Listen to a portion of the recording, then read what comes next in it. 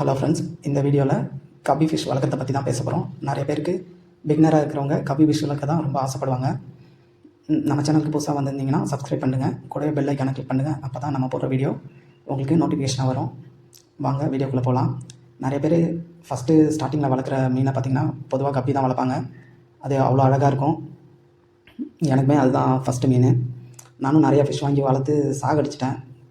Aquarium ஷாப்லேருந்து வாங்கிட்டு வருவேன் ஆசையாக. ஆனால் வாங்கிட்டு வந்த 1-2 நாள்லேயே ஒன்றா இறக்க ஆரம்பிச்சிடும். நானும் ரொம்ப நாளாக இது என்னடா இது இப்படி இறந்துக்கிட்டே இருக்குது, என்னதான் காரணம் அப்படிங்கிறத என்னால் கண்டுபிடிக்க முடியல. ரொம்ப மீனை சாகடிச்சதுக்கு அப்புறம் தான் தெரியுது.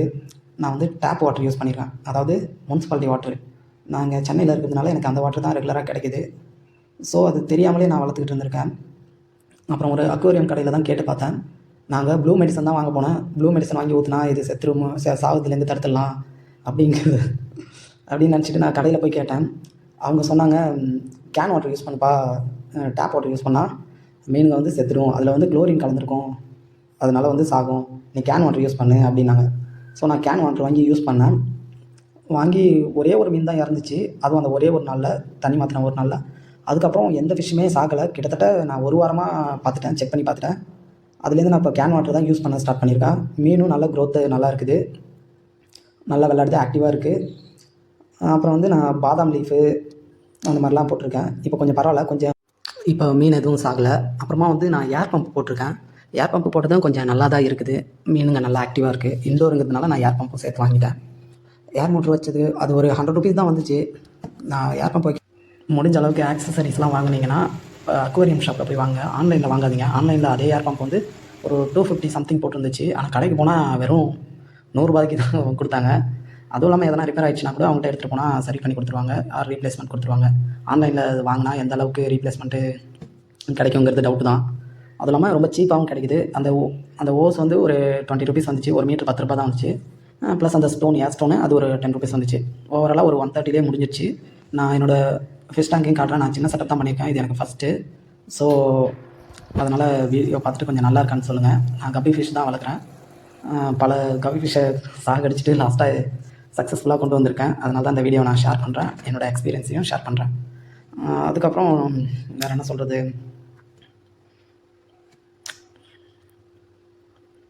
அதேமாதிரி ஃபுட்டு வாங்குறப்பையும் கொஞ்சம் செக் பண்ணி வாங்குங்க. நல்ல ப்ரோட்டீன் கண்டென்ட் அதிகமாக உள்ள ஃபுட்டாக வாங்குங்க.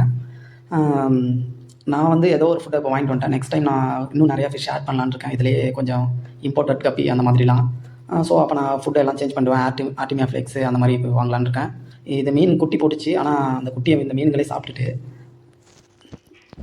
முடிஞ்ச அளவுக்கு குட்டி போடுற டெய்லி கொஞ்சம் செக் பண்ணுங்கள். குட்டி கிடச்சிதுன்னா ஒரு சின்ன பவுலில் மாற்றி அதை தனியாக செப்பரேட்டாக அதுக்கு தனியாக ஃபுட்டு போட்டு வளங்க. இதே மீனுங்க கூட விட்டோம்னா அது சாப்பிட்டுடுது நல்லா. ஸோ நம்மளும் எதுவும் பண்ண முடியல. நான் கொஞ்சம் பிஸியாக இருந்ததுனால அந்த குட்டியை கலெக்ட் பண்ண முடியல. கிட்டத்தட்ட ஒரு 6 குட்டி போட்டுச்சு. அதை தனியாக தான் வச்சுருந்தேன். நான் தண்ணி மாற்றும் போது அதை இந்த மீனுங்க கூட விட்டுட்டேன். என்னால் ப்ராப்பராக மெயின்டைன் பண்ண முடியல. சரி, கொஞ்சம் ஒரு ஒரு ஒரு 4-5 நாள் ஆன குட்டி தான், சர்வை ஆகிடும்னு நினச்சேன். பட் ஆனால் எல்லா மீனும் வேட்டை ஆகிடுச்சு. இப்போ ஒன்றுமே இல்லை. கேமரா கொஞ்சம் மோசமாக தான் இருக்கும், கொஞ்சம் அட்ஜஸ்ட் பண்ணிங்க. நான் உங்கள்கிட்ட இதை ஷோ பண்ணணும்னு சொல்லிட்டு தான் காட்டுறேன். ஏதாவது கரெக்ஷன் வந்து நான் சொல்லுங்கள், நான் திருத்திக்கிறேன். தேங்க்ஸ் ஃபார் வாட்சிங். எனக்கு சப்போர்ட் பண்ணுங்கள். அடுத்தடுத்து உங்களுக்கு எதனா மீன் வாங்கி வளர்க்கணுன்னா நான் கமெண்ட் பண்ணுங்கள். நான் அந்த மீனை வாங்கி வளர்த்து உங்களுக்கு எக்ஸ்பீரியன்ஸை ஷேர் பண்ணுறேன். இந்த மீன் எல்லாமே நான் கிவ்அவே கொடுக்க தான் போகிறேன். அடுத்து எதனா மீன் வாங்கினா கூட நான் கிவ்அவே கொடுக்க தான் போகிறேன். கொஞ்ச நாள் வளர்த்துட்டு அப்புறம் நான் கொடுத்துடலான்னு ஒரு ஐடியாவில் இருக்கேன். ஸோ என் சேனல் கூட காண்டாக்ட்லேயே இருங்க. சப்ஸ்கிரைப் பண்ணி பெல் ஐக்கானை கிளிக் பண்ணி வச்சுங்க. நான் போகிற வீடியோஸ்லாம் உங்களுக்கு நோட்டிஃபிகேஷன் வரும். தேங்க்யூ. வீடியோவில் எதனா குறை இருந்துச்சுன்னா நெக்ஸ்ட் டைம் நான் அப்கிரேட் பண்ணிக்கிறேன். நம்ம சேனல் இப்போ தான் புதுசாக பார்க்க வரீங்கன்னா சப்ஸ்கிரைப் பண்ணி வச்சுங்க. பாய். Thank you all.